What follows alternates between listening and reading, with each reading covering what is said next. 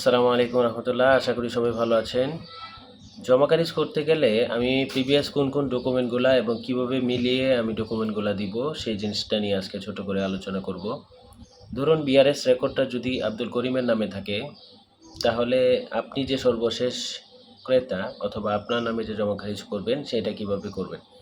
আপনি যদি যে কোনো একজন মালিকের কাছ থেকে কিনে থাকেন, ধরেন আপনি কিনেছেন এ মালিকের কাছ থেকে, উনি কিনেছে বি মালিকের কাছ থেকে, উনি কিনেছে সি মালিকের কাছ থেকে। এভাবে একজনের পর একজন ধারাবাহিকতা মিলে আব্দুল করিম পর্যন্ত যেতে হবে।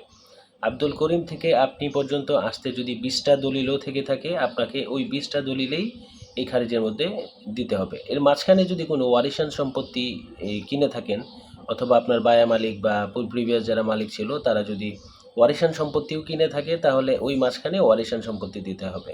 ধরুন আব্দুল করিম মারা যাওয়ার সময় তার যে ছেলে মেয়েরা আছে তারা প্রথম দলিলটা দিয়েছিল, তাহলে আব্দুল করিমের ওয়ারিশান সম্পত্তি লাগবে।